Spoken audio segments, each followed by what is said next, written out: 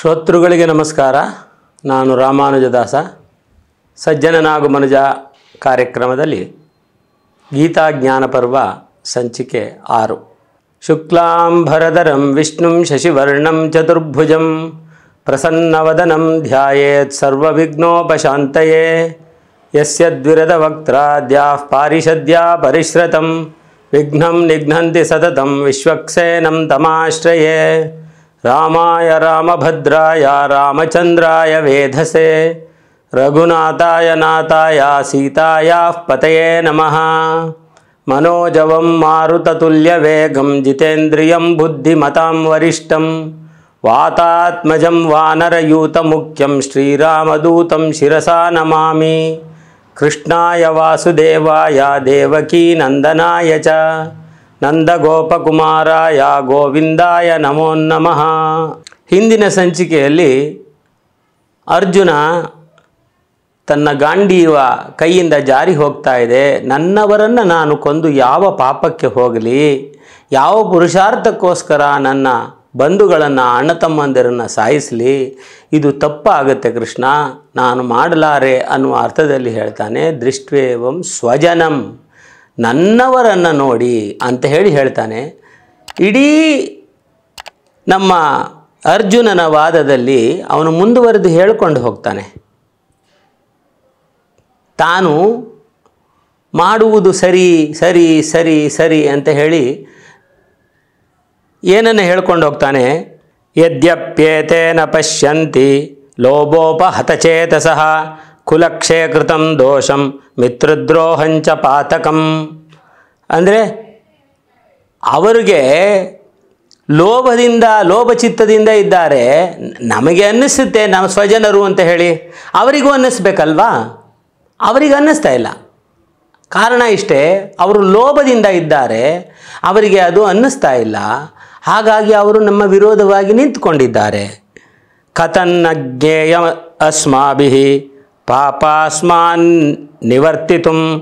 ಈ ಪಾಪವನ್ನು ಮಾಡೋದಕ್ಕೆ ಮನಸ್ಸು ಹೆಂಗೆ ಬರುತ್ತೆ ನನಗೆ? ಕುಲಕ್ಷೇಕೃತಂ ದೋಷಂ ಪ್ರಪಶ್ಯದ್ವಿದ್ ಜನಾರ್ದನ. ಈ ಕುಲನಾಶವನ್ನು ಮಾಡತಕ್ಕಂತಹ ಪಾಪಕರ್ಮದಿಂದ ನಾವು ಹಿಂಜರಿಯತಕ್ಕಂತಹ ಯೋಚನೆಯನ್ನು ಯಾಕೆ ಮಾಡಬಾರ್ದು? ಅವರಿಗೆ ಅದು ಅರ್ಥ ಆಗೋದಿಲ್ಲ. ಯಾಕೆಂದರೆ ಅವರು ಲೋಭದಿಂದ ತುಂಬಿದ್ದಾರೆ, ಆದ್ದರಿಂದ ಅವರಿಗೆ ತಿಳಿಯೋದಿಲ್ಲ. ಏನಾಗುತ್ತೆ? ಕುಲಕ್ಷಯೇ ಪ್ರಣಶ್ಯಂತಿ ಕುಲಧರ್ಮ ಸನಾತನಃ ಧರ್ಮೇ ನಷ್ಟೇ ಕುಲಂ ಕೃತ್ಸ್ನಃ ಅಧರ್ಮೋಭಿಭವತ್ಯುತಃ. ಈ ಕುಲಧರ್ಮವನ್ನು ಇವಾಗ ಒಂದು ಕುಲ ಸಂಪೂರ್ಣವಾಗಿ ನಾಶವಾಯಿತು ಅಂತ ಅಂದರೆ ಆ ಕುಲಧರ್ಮ, ಕುಲದ ಒಂದು ಸಂಪ್ರದಾಯ, ಕುಲದ ಪದ್ಧತಿ ಇದೆಲ್ಲ ಕೂಡ ನಾಶವಾಗಿ ಹೋಗುತ್ತೆ. ಅದೆಲ್ಲ ನಾಶವಾಗಿ, ಕುಲವೇ ನಾಶವಾಗಿ ಹೋದರೆ ಅಲ್ಲಿರ್ತಕ್ಕಂಥ ಹೆಂಗಸರು ಭ್ರಷ್ಟರಾಗ್ತಾರೆ, ಅವರು ದಾರಿಯನ್ನು ಬಿಡ್ತಾರೆ, ಅಧರ್ಮದಲ್ಲಿ ತೊಡಗುತ್ತಾರೆ. ಅಧರ್ಮದಲ್ಲಿ ತೊಡಗಿದರೆ ಆ ಅಧರ್ಮದಿಂದ ಪಾಪವೇ ಬರುತ್ತೆ. ಹಿಂದೆ ಇದ್ದವರು, ನಮ್ಮ ಪಿತೃಗಳು ಪಿತಾಮಹರು ಯಾರಿದ್ದಾರೆ ಮೇಲಿನ ಲೋಕದಲ್ಲಿ, ಅವರಿಗೂ ಕೂಡ ಶ್ರೇಯಸ್ಸಾಗೋದಿಲ್ಲ. ಅವರು ಇಡೀ ಜೀವನವನ್ನು ನರಕದಲ್ಲಿಯೇ ಕಳೆಯುವಂತೆ ಆಗುತ್ತೆ.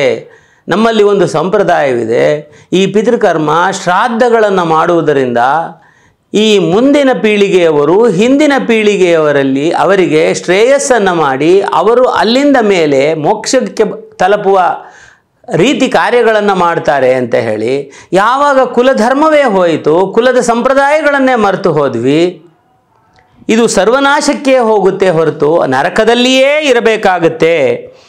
ಉತ್ಸನ್ನ ಕುಲಧರ್ಮಾಣಾಂ ಮನುಷ್ಯಾಣಾಂ ಜನಾರ್ದನ ನರಕೇವ ನಿಯತಂ ವಾಸೋ ಭವತೀತ್ಯನುಶುಶ್ರುಮ.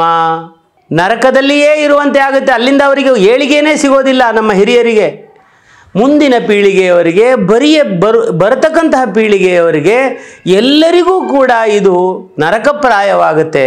ಆದ್ದರಿಂದ ಈ ಕುಲನಾಶದಿಂದ ಕುಲಧರ್ಮದ ನಾಶವಾಗುತ್ತೆ. ಕುಲಧರ್ಮದ ನಾಶದಿಂದ ಕುಲವೆಲ್ಲವೂ ಕೂಡ ನರಕದಲ್ಲಿಯೇ ಉಳಿಯುತ್ತೆ. ಆ ರೀತಿ ಪರಿಸ್ಥಿತಿ ಬರುತ್ತಪ್ಪ. ಅಹೋಬತ ಮಹತ್ಪಾಪಂ ಕರ್ತುಂ ವ್ಯವಸಿತಾ ವಯಂ ಯದ್ರಾಜ್ಯ ಸುಖಲೋಭೇನ ಹಂತುಂ ಸ್ವಜನಮಧ್ಯತ. ಎಂತಹ ಮಹತ್ ಪಾಪವನ್ನು ಮಾಡಕ್ಕೆ ಹೊರಟಿದ್ದೀವಿ.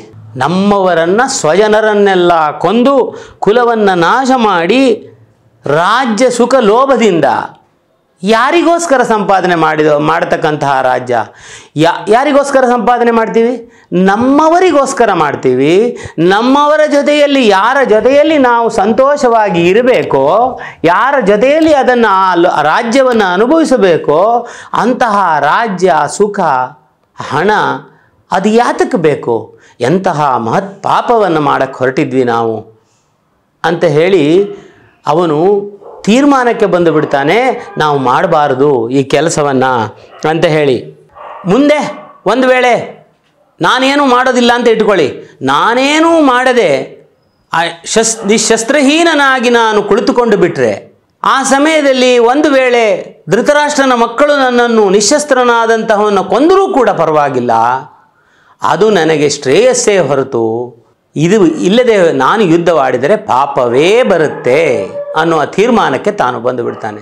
ನೋಡಿ, ಒಂದು ತಪ್ಪು ತೀರ್ಮಾನ ನಮ್ಮನ್ನು ಸುಳಿಯಲ್ಲಿ ಯಾವ ರೀತಿಯಲ್ಲಿ ಕೆಸರಿನಲ್ಲಿ ಎಳ್ಕೊಂಡು ಹೋಗುತ್ತೆ ಅಂದರೆ, ಕೆಲವು ಕೆಸರಿನಲ್ಲಿ ಒಳಗೆ ಹೋದರೆ ಮೇಲಕ್ಕೆ ಬರೋಕ್ಕಾಗೋದಿಲ್ಲ, ಎಳ್ಕೊಳ್ತಾನೆ ಇರುತ್ತೆ ಒಳಕ್ಕೆ. ಆ ರೀತಿಯ ಕೆಸರು ಮನಸ್ಸಿಗೆ ಅಂಟಬಾರ್ದು.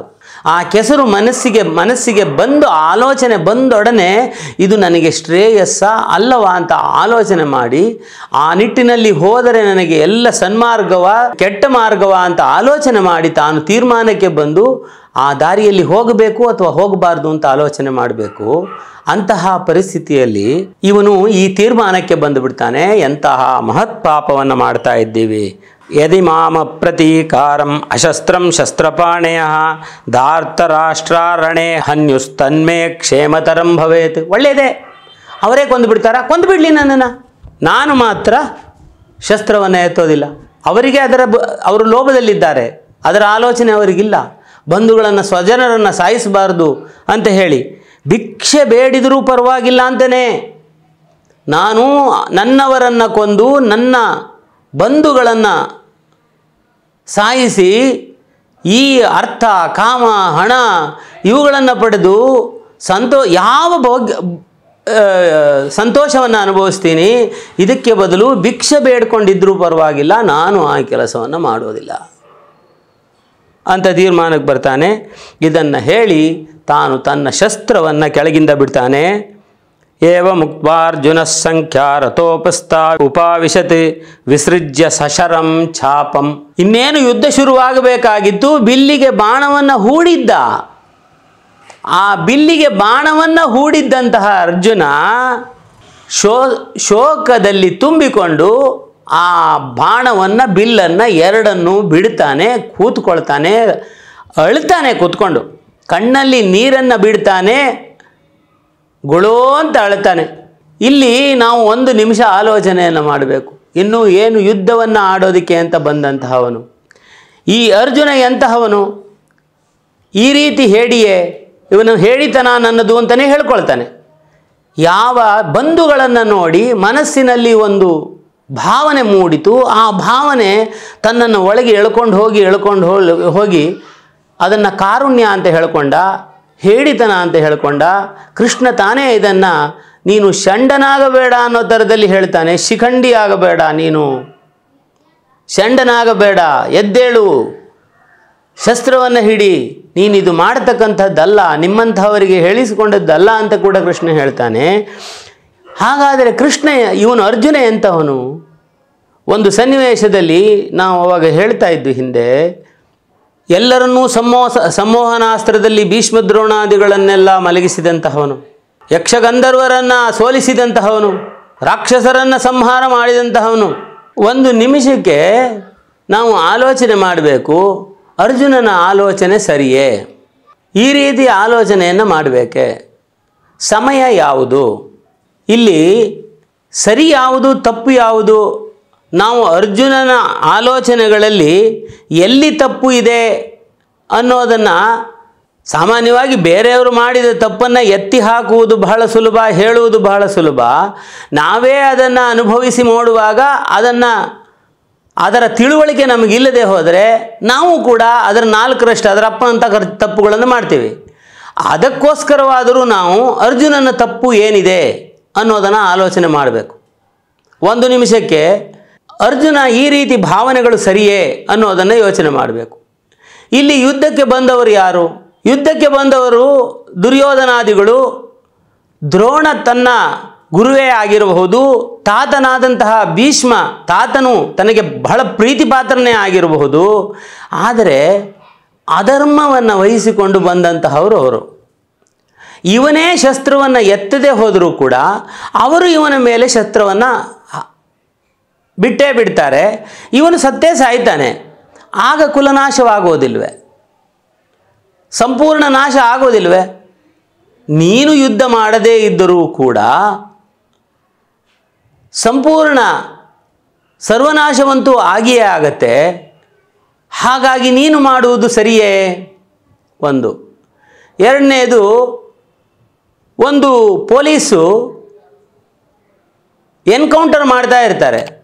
ಅಯ್ಯೋ ಪಾಪ, ಅವನಿಗೂ ಹೆಂಡತಿ ಮಕ್ಕಳಿದ್ದಾರೆ, ನನಗೆ ತಿಳಿದವನೇ, ಅವನು ಕಳ್ಳನಾದರೂ ನನಗೆ ಪರಿಚಯ ಇದ್ದವನೇ, ಒಳ್ಳೆಯವನು ಥರ ಇರ್ತಾನೆ, ಅವನ ಹೆಂಡತಿ ಮಕ್ಕಳೆಲ್ಲ ಇದ್ದಾರೆ ಅಂತ ಹೇಳಿ ಇವನು ಅವನಿಗೆ ಎನ್ಕೌಂಟರ್ ಮಾಡದೇ ಇದ್ದರೆ ಅವನು ಸುಮ್ಮನೆ ಇರ್ತಾನೆ?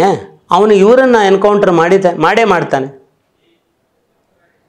ನಾವು ಆವಾಗಲೇ ಹೇಳಿದ್ವಿ, ಯಾರು ನಮ್ಮವರು ಯಾರು ನಮ್ಮವರಲ್ಲ ಅನ್ನುವುದಕ್ಕೆ ಒಂದೇ, ಯಾರು ಸಜ್ಜನಿಕೆಯಲ್ಲಿ, ಧರ್ಮದಲ್ಲಿ, ನ್ಯಾಯದಲ್ಲಿ ಬೇರೆಯವರಿಗೆ ಸಹಾಯವಾಗೋ ಥರ ಬದುಕ್ತಾರೋ, ಗಾಯತ್ರಿ ಪ್ರತಿಪಾದ್ಯವಾದಂತಹ ಮಂತ್ರ ಹೇಳುವ ರೀತಿಯಲ್ಲಿ ಸರ್ವರಿಗೂ ಉಪಕಾರಿಯಾಗಿ ಯಾರು ಬದುಕ್ತಾರೋ ಅಂತಹವರೆಲ್ಲರೂ ನಮ್ಮವರೇ, ಯಾವ ಜಾತಿಯವರಾದರೂ ಆಗಿರಬಹುದು, ಯಾವ ಪಂಥದವರಾದರೂ ಆಗಿರಬಹುದು. ಆದರೆ ಯಾರು ಇದಕ್ಕೆ ವಿರುದ್ಧವಾಗಿರ್ತಾರೋ, ಧರ್ಮಕ್ಕೆ ವಿರುದ್ಧವಾಗಿ, ವೇದಕ್ಕೆ ವಿರುದ್ಧವಾಗಿ ನಡ್ಕೊಳ್ತಾರೋ ಅವರೆಲ್ಲರೂ ನಮ್ಮವರಲ್ಲ, ನಮ್ಮ ಶತ್ರುಗಳೇ. ಯುದ್ಧವು ಆಡಲೇಬೇಕಾಗುತ್ತದೆ. ಬಾರ್ಡರ್ನಲ್ಲಿ ಬಾರ್ಡರ್ ಸೆಕ್ಯೂರಿಟಿ ಫೋರ್ಸ್ ಅಂತ ಇರುತ್ತೆ. ಅವರುಗಳು ಆ ಕಡೆಯಿಂದ ಶೆಲ್ಲಿಂಗ್ ಮಾಡ್ತಾ ಇದ್ದರೆ ಈ ಕಡೆ ಇವರು ಸುಮ್ಮನೆ ಕೂತ್ಕೊಂಡಿರೋಕ್ಕಾಗತ್ತೆ? ಇವರು ಕೂಡ ಮಾಡಲೇಬೇಕು. ಯಾವುದು a police responsibility is to protect but not to kill. ಒಬ್ಬ ಯೋಧನ ಕೆಲಸ ತನ್ನ ರಾಜ್ಯವನ್ನು ಕಾಪಾಡತಕ್ಕಂಥದ್ದು. ಇದು ಕ್ಷತ್ರಿಯ ಧರ್ಮವೇ ಅಲ್ಲ. ಅಲ್ಲಿ ಮಧ್ಯದಲ್ಲಿ ಒಮ್ಮೆ ಹೇಳ್ತಾನೆ, ಭಿಕ್ಷೆ ಬೇಡಿದರೂ ಸರಿ, ನನ್ನವರನ್ನು ನಾನು ಕೊಲ್ಲಲಾರೆ ಅಂತಾನೆ. ಭಿಕ್ಷೆ ಬೇಡುವುದು ಕ್ಷತ್ರಿಯ ಧರ್ಮದಲ್ಲಿಯೇ ಹೇಳಿಸಿಕೊಂಡದ್ದಲ್ಲ. ಹಿಂದೆನೇ ಹೇಳಿದ್ವಿ ನಾವು ಎಂತಹ ಸ್ವಭಾವ. ಕುಂತಿ ತನ್ನ ಮಕ್ಕಳಿಗೆ ಹೇಳಿ ಕಳಿಸ್ತಾಳೆ, ಅರ್ಜುನನಿಗೆ ಹೇಳಿ ಕಳಿಸ್ತಾಳೆ, ಕ್ಷತ್ರಿಯಾಣಿ ಯಾಕೆ ಹೆರತಾಳೆ ಮಕ್ಕಳನ್ನ ಅನ್ನೋದನ್ನು ಅರ್ಥ ಮಾಡ್ಕೋ. ಸಮಯ ಬಂದಿದೆ, ಸಂಧಿ ಮುರಿದಿದೆ. ನಿನ್ನನ್ನು ನಾನು ಗರ್ಭವತಿಯಾಗಿದ್ದಾಗ ನಿನ್ನ ಮಗ ಸರ್ವ ಸಾಮ್ರಾಜ್ಯವನ್ನು, ಇಡೀ ಪೃಥ್ವಿಯನ್ನೇ ಗೆಲ್ತಾನೆ ಅಂತಕ್ಕಂತಹ ಒಂದು ಅಶರೀರವಾಣಿಯನ್ನು ಕೇಳಿದ್ದೆ. ಅದನ್ನು ನೀನು ಹುಸಿ ಮಾಡಬೇಡ ಅಂತ ಹೇಳಿ ಕಳಿಸಿರ್ತಾಳೆ. ಇದೇ ಅರ್ಜುನ ತಾನು ವನವಾಸದಲ್ಲಿದ್ದಾಗ, ಸಂಜಯ ವನವಾಸ ಮುಗಿದು ಅಜ್ಞಾತವಾಸದಲ್ಲಿ ಸಂಜಯ ಬಂದು ಪ್ರಶ್ನೆಯನ್ನು ಕೇಳ್ತಾನೆ. ಕೇಳಿದಾಗ ಹೇಳಿ ಕಳಿಸಿ, ನಿನ್ನ ಸಂದೇಶವೇನು ಅಂತ ಹೇಳಿದಾಗ, ಅರಮನೆಯನ್ನು ಬಿಟ್ಟು ನೆಲದ ಮೇಲೆ ಮಲಗುವಂತೆ ಮಾಡಿದಂತಹ ಆ ದುರ್ಯೋಧನ ಹಸುವನ್ನು ನೀಗಿ ನೆಲದ ಮೇಲೆ ಬಿದ್ದು ಇರುವುದನ್ನು ನಾನು ನೋಡೋದಕ್ಕೆ ಇಷ್ಟಪಡ್ತೀನಿ ಅಂತ ಹೇಳಿ ಹೋಗು ಅಂತ ಹೇಳಿ ಕಳಿಸಿರ್ತಾನೆ. ಆಗ ಅಂತಹ ರೋಷವಿತ್ತು. ಇದೇ ಅರ್ಜುನನಿಗೆ ನಮ್ಮ ಮೂಲ ಭಾರತದಲ್ಲಿ ಬರೋದಿಲ್ಲ, ಕುಮಾರವ್ಯಾಸ ಭಾರತದಲ್ಲಿ ಬರುತ್ತೆ. ಒಂದು ಸನ್ನಿವೇಶ, ಕಣ್ವ ಮಹರ್ಷಿ ಅವರಿಗೋಸ್ಕರ ಒಂದು ನೇರಳೆ ಹಣ್ಣು, ದಪ್ಪದ ಒಂದೇ ಒಂದು ನೇರಳೆ ಹಣ್ಣು ಒಂದು ಇಡೀ ಮರದಲ್ಲಿ ಬಿಡ್ತಾ ಇರುತ್ತೆ. ಆಸೆಗಾಗಿ ಭೀಮ ಅದನ್ನು ಕೆಡಗಿ ಬಿಡ್ತಾನೆ. ಅದನ್ನು ತಗೊಂಡು ಬಂದಾಗ ಧೌಮ್ಯ ಋಷಿ ಹೇಳ್ತಾರೆ, ಅಪ್ಪ ಎಂಥ ತಪ್ಪು ಮಾಡಿಬಿಟ್ಟಪ್ಪ ನೀನು, ಕಣ್ವರಿಗೋಸ್ಕರ ಅದು ಆ ಹಣ್ಣು ಬಿಡುತ್ತೆ, ಅಂತಹ ಹಣ್ಣನ್ನು ನೀ ಕೆಡ್ಕೊಂಡು ಬಂದುಬಿಟ್ಟಿದೆಯಲ್ಲ, ಈಗ ನಿಮಗೆ ಅವ್ರ ಕಣ್ವರು ಶಾಪ ಕೊಟ್ಟುಬಿಟ್ರೆ ಏನು ಮಾಡೋದು ಅಂತ ಹೇಳಿದಾಗ, ಏನು ಮಾಡೋದೀಗ ಅಂದರೆ, ಪಾಂಡವರ ಆತ್ಮವೇ ಆಗಿರತಕ್ಕಂತಹ ಕೃಷ್ಣ ಪರಮಾತ್ಮ ಇದ್ದಾನಲ್ಲ, ಅವನನ್ನು ಪ್ರಾರ್ಥಿಸು, ಅವನು ಬಂದು ಏನಾದರೂ ಮಾಡ್ತಾನೆ ಅಂತ ಹೇಳ್ತಾರೆ. ಆಗ ಬರ್ತಾನೆ, ಕೃಷ್ಣನನ್ನು ಪ್ರಾರ್ಥನೆ ಮಾಡ್ತಾರೆ. ಕೃಷ್ಣ ಬರ್ತಾನೆ. ಕೃಷ್ಣ ಬಂದು ಹೇಳ್ತಾನೆ, ಹೌದೇ ಕಣ್ವರ ಹಣ್ಣನ್ನು ಕೆಡಗಿದ್ದೀರಾ, ಹಾಗಾದರೆ ಒಂದು ಕೆಲಸ ಮಾಡಿ, ಇದು ಮತ್ತೆ ಹೋಗಿ ಅಲ್ಲಿಯೇ ಸೇರಿಕೊಳ್ಬೇಕು ಅಂತಂದರೆ ನಿಮ್ಮ ಮನಸ್ಸಿನಲ್ಲಿ ಇರತಕ್ಕಂಥದ್ದನ್ನು ನಿಖರವಾದ ರೀತಿಯಲ್ಲಿ ಹೇಳಬೇಕು ಅಂತ, ಆವಾಗ ಹೋಗಿ ಅದು ಸೇರಿಕೊಳ್ಳುತ್ತೆ ಅಂತಾನೆ. ಆಗ ಧರ್ಮರಾಯ ಹೇಳ್ತಾನೆ, ಅವನ ಮನಸ್ಸಿನಲ್ಲಿರೋದು, ಧರ್ಮರಾಯ ಅಂದರೆ ನಮಗೆ ಊಹೆ ಗೊತ್ತಾಗುತ್ತೆ. ಸತ್ಯಂ ಮಾತಾ ಪಿತಾ ಜ್ಞಾನಂ ಧರ್ಮೋಭ್ರಾತ ದಯಾಸಕ ಶಾಂತಿ ಪತ್ನಿ ಕ್ಷಮಾ ಪುತ್ರ ಷಡೇತೆ ಮಮ ಬಾಂಧವಾಹ. ನಮ್ಮಲ್ಲಿ ಸತ್ಯವೇ ನನ್ನ ತಾಯಿ ತಂದೆ, ಸತ್ಯವೇ ನನ್ನ ಬಂಧು ಬಳಗ ಹಾಡಿದ್ಯಲ್ಲ, ಅದರ ಅರ್ಥವೇ ಸತ್ಯ, ಧರ್ಮ, ನ್ಯಾಯ, ಕ್ಷಮೆ. ಸತ್ಯಂ ಮಾತಾ, ಸತ್ಯವೇ ತಾಯಿ. ಪಿತಾ ಜ್ಞಾನಂ, ಜ್ಞಾನವೆಂಬುದೇ ನನ್ನ ತಂದೆ. ಧರ್ಮೋಭ್ರಾತ, ಧರ್ಮ ಅನ್ನತಕ್ಕಂತಹದ್ದು ನನ್ನ ಅಣ್ಣ ತಮ್ಮಂದಿರು. ದಯಾ ಸಖ, ದಯಾ ಅನ್ನತಕ್ಕಂಥದ್ದು ಸ್ನೇಹಿತ. ಶಾಂತಿ ಪುತ್ರ, ಶಾಂತಿ ಅನ್ನತಕ್ಕಂತಹದ್ದು ಮಗ ಇದ್ದಂಗೆ. ಷಡೇತೆ ಮಮ ಬಾಂಧವಾಹ, ಈ 6 ನನ್ನ ಬಂಧುಗಳು ಅಂತ ಹೇಳ್ತಾನೆ. ಆಗ ಒಂದು ಆಳೆತ್ತರಕ್ಕೆ ಆ ಹಣ್ಣು ಹೋಗುತ್ತಂತೆ ಆ ಮರದಲ್ಲಿ. ಮತ್ತೆ ಮುಂದುವರೆದು ಭೀಮ ಹೇಳ್ತಾನೆ, ಪ್ರಾಣಮೇವ ಪರಿತ್ಯಜ್ಯ ಮಾನಮೇವಾಭಿರಕ್ಷಂತು. ಪ್ರಾಣವನ್ನು ತ್ಯಾಗ ಮಾಡಿಯಾದರೂ ಮಾನವನ್ನು ಉಳಿಸಿಕೊಳ್ಳಬೇಕು. ಅನಿತ್ಯಮಿದಮ ಪ್ರಾಣಂ, ಈ ಪ್ರಾಣ ಅನ್ನತಕ್ಕಂಥದ್ದು ನಿತ್ಯವಾದದ್ದಲ್ಲ, ಇದು ಸದಾ ಇರತಕ್ಕದ್ದಲ್ಲ. ಇವತ್ತು ಇರುತ್ತೆ, ನಾಳೆ ಹೋಗುತ್ತೆ. ಮಾನಂ ಆಚಂದ್ರತಾರಕಂ, ಆಚಂದ್ರಾರ್ಕವಾಗಿ ಇರತಕ್ಕಂತಹದ್ದು ಮಾನ. ಹಾಗಾಗಿ ಮಾನಮೇವಾಭಿರಕ್ಷತು, ಮಾನವನ್ನು ಉಳಿಸಿಕೊಳ್ಳಬೇಕು ಅಂತ ಹೇಳಿ ತಾನು ಅವನಿಗೆ ಕೋಪ ಬಂದಾಗ, ದ್ರೌಪದಿಯ ಮಾನದ ಪ್ರಶ್ನೆ ಬಂದಾಗ, ದುಶ್ಯಾಸನನ್ನ ಸೀಳಿ ರಕ್ತವನ್ನು ನಾನು ಬಗೆದು ಕರಳನ್ನು ಬಗೀತೇನೆ ಅಂತ ಹೇಳಿದ್ದು, ಮತ್ತು ದುರ್ಯೋಧನನ ತೊಡೆಯನ್ನು ಮುರಿಯುತ್ತೇನೆ ಅಂತ ಹೇಳಿ ಶಪಥವನ್ನು ಮಾಡ್ತಕ್ಕಂಥ ಸಂದರ್ಭ. ಇನ್ನು ಮುಂದೆ ಅರ್ಜುನನ ಸರದಿ ಬರುತ್ತೆ. ನಾವು ಇಷ್ಟೆಲ್ಲ ಹೇಳಿದ್ದು ಅರ್ಜುನ ಎಂತಹವನು ಅಂತ ಹೇಳಿ. ಆ ವನವಾಸದಲ್ಲಿ ಇರತಕ್ಕಂಥ 13 ವರ್ಷವೂ ಯಾವತ್ತು ನಾನು ದುರ್ಯೋಧನನನ್ನು ಸಾಯಿಸ್ತೇನೆ ಅಂತ ಕಾಯ್ತಾ ಇದ್ದ. ನಿನ್ನ ಮನದಾಳದ ಮಾತನ್ನು ಹೇಳು ಅಂದಾಗ ಅವಾಗ ಹೇಳ್ತಾನೆ, ನಿಮಂತ್ರಣೋತ್ಸವೋ ವಿಪ್ರಹ. ಬ್ರಾಹ್ಮಣರಿಗೆ ಬೇರೆಯವರ ಮನೆ ಊಟ ಅಂದರೆ ಬಹಳ ಇಷ್ಟವಂತೆ. ಅದರಲ್ಲಿಯೂ ನಿಮಂತ್ರಣ, ಶ್ರಾದ್ದದ ಊಟವಾದರೆ ಮುಗಿದೇ ಹೋಯಿತು. ನಿಮಂತ್ರಣೋತ್ಸವೋ ವಿಪ್ರಾಹ ಗಾವೋ ನವತೃಣೋತ್ಸವ. ಹಸುವಿಗೆ ಹಸಿರಾದ ಹುಲ್ಲನ್ನು ತಿನ್ನಬೇಕು ಅಂತ ಬಹಳ ಆಸೆ ಅಂತೆ.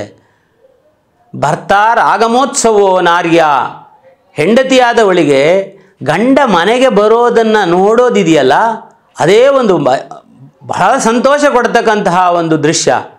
ಸೋಹಂ ಕೃಷ್ಣ ರಣೋತ್ಸವ, ನನಗೆ ಯುದ್ಧ ಅಂದರೆ, ಅದರಲ್ಲಿಯೂ ಈ ಕೌರವರ ಜೊತೆಯಲ್ಲಿ ಯುದ್ಧ ಮಾಡುವುದು ಪರಮ ಪ್ರೀತಿಯಾದಂಥದ್ದು. ಯಾವಾಗ ಯುದ್ಧ ಮಾಡ್ತೀನೋ ಅಂತ ಕಾಯ್ತಾ ಇದ್ದೀನಿ ಎನ್ನುವ ಅರ್ಥದಲ್ಲಿ ಅವನು ಹೇಳ್ತಾನೆ. ಅಂತಹ ಅರ್ಜುನನಿಗೆ ಇವತ್ತು ವಿಷಾದ ಬಂದಿದೆ. ಇದೇ ಕುಂತಿ ತಾಯಿ ಕೃಷ್ಣ ಕೇಳಿದಾಗ ಅರ್ಜುನನಿಗೆ ವೀರ ಹೆಂಗಸು ಏನನ್ನು ಅಪೇಕ್ಷೆ ಪಡ್ತಾಳೆ ಅಂತ ಹೇಳಿ ಕಳಿಸಿದವಳು, ಧರ್ಮರಾಯನಿಗೆ ಏನು ನಿನ್ನ ಸಂದೇಶ ಅಂತ ಹೇಳಿದಾಗ ಹೇಳ್ತಾಳೆ ಅವಳು, ಶ್ರೋತ್ರಿಯಸ್ಯೇವತೆ ರಾಜನ್ ಮಂದಕಸ್ಯ ಅವಿಪಶ್ಯತಃ ಅನುವಾಕ ಹತಾ ಬುದ್ಧಿ ತೈಷಾ ತತ್ವಾರ್ಥದರ್ಶಿನಿ. ಎಷ್ಟು ಅದ್ಭುತವಾಗಿದೆ ಅಂದರೆ ಹೇಳಿದರೆ, ಅಪ್ಪ ಧರ್ಮರಾಯ, ನೀನು ವೇದವನ್ನು ಬಲ್ಲೆ, ಆದರೆ ಅದನ್ನು ಅರ್ಥ ಮಾಡಿಕೊಂಡಿಲ್ಲ. ಆ ತಿಳುವಳಿಕೆ ನಿನ್ನಲ್ಲಿದೆ, ವೇದ ಏನು ಅಂತ ಗೊತ್ತು ನಿನಗೆ, ಆದರೆ ಅದರಂತೆ ನಡೆಯೋದಕ್ಕೆ ಬರೋದಿಲ್ಲ ನಿನ್ನ ಕೈಯಲ್ಲಿ. ಯಾವ ರೀತಿಯಲ್ಲಿ ಅಂದರೆ, ವೇದವನ್ನು ಓದಿದಂತಹ ಬ್ರಾಹ್ಮಣರಿದ್ದಾರಲ್ಲ, ಅವರು ವೇದ ಓದಬೇಕಾದ್ರೆ ದಿನಾ ವೇದ ಓದೋದು. ಇವತ್ತು 10 ಅನುವಾಕ ಓದಿದ್ದೀನಿ, 3 ಅಧ್ಯಾಯ ಓದಿದ್ದೀನಿ, 160 ಶ್ಲೋಕ ಓದಿದ್ದೀನಿ ಅಂತ ಹೇಳ್ತಾರೆ ಹೊರತು ತತ್ವ, ಅರ್ಥ, ವೇದದ ಅರ್ಥಗಳ ಕಡೆಗೆ ಅವರಿಗೆ ಗಮನವೇ ಹೋಗೋದಿಲ್ಲ. ಅದೇ ರೀತಿಯಲ್ಲಿ ನೀನು ಕೂಡ ಮಾಡ್ತಾ ಇದ್ದೀಯಾ ಅಂತ ಹೇಳ್ತಾನೆ. ಆದ್ದರಿಂದ ಏನು ಮಾಡಬೇಕು, ಯಾವ ರೀತಿಯಲ್ಲಿ ನೀನು ಇರಬೇಕು ಅಂತ ಹೇಳ್ತಾಳೆ.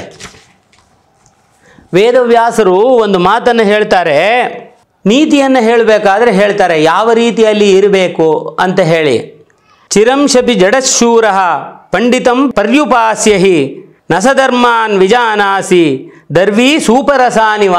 ಪರಿಪಕ್ವವಾದಂತಹ ಎಲ್ಲ ಹಾಲು, ಗೋಡಂಬಿ, ದ್ರಾಕ್ಷಿ ಎಲ್ಲವನ್ನೂ ಹಾಕಿ ಮಾಡಿದಂತಹ ಪಾಯಸದಲ್ಲಿ ಒಂದು ಸೌಟು ಕೆಲಸ ಮಾಡ್ತಾ ಇದ್ದು, ಬೆಳಿಗ್ಗೆಯಿಂದ ರಾತ್ರಿವರೆಗೂ ಆ ಸೌಟು ಅದರಲ್ಲಿ ಇದ್ದರೂ ಕೂಡ ಆ ಸೌಟಿಗೆ ಪಾಯಸದ ರುಚಿ ಗೊತ್ತಾಗೋದಿಲ್ಲ. ಪಂಡಿತರು ಮನೆಯಲ್ಲಿ ಒಬ್ಬ ಜಡನಾದಂತಹವನು, ಜಡಬುದ್ಧಿಯಲ್ಲಿ ಇದ್ದಂತಹವನು ಎಷ್ಟೇ ದಿವಸ ಇದ್ದರೂ ಕೂಡ ಅವನಿಗೆ ಪಂಡಿತರ ತಿಳುವಳಿಕೆ ತನ್ನ ತಲೆಗೆ ಬರೋದಿಲ್ಲ. ಅದೇ ಒಂದು ವೇಳೆ ಮುಹೂರ್ತಂ ಅಪಿತಂ ಪ್ರಾಜ್ಞ ಪಂಡಿತಂ ಪರ್ಯುಪಾಸತೆ ಕ್ಷಿಪ್ರಂ ಧರ್ಮಾನ್ ವಿಜಾನಾತಿ ಜಿಹ್ವಾ ಸೂಪರಸಾನಿವ ಅಂತ. ಅದೇ ಒಬ್ಬ ತಿಳುವಳಿಕೆ ಇರತಕ್ಕಂತಹ ಮನುಷ್ಯ ಪಂಡಿತರ ಮನೆಯಲ್ಲಿ ಕೆಲವೇ ನಿಮಿಷಗಳು ಕೆಲವೇ ಕ್ಷಣಗಳು ಕಳೆದರೂ ಕೂಡ ನಾಲಿಗೆ ಯಾವ ರೀತಿಯಲ್ಲಿ ಒಂದು ಚೂರು ಪಾಯಸವನ್ನು ನೆಕ್ಕಿದರೂ ಅದರ ರುಚಿಯನ್ನು ಕಂಡುಹಿಡಿಯುತ್ತೆ.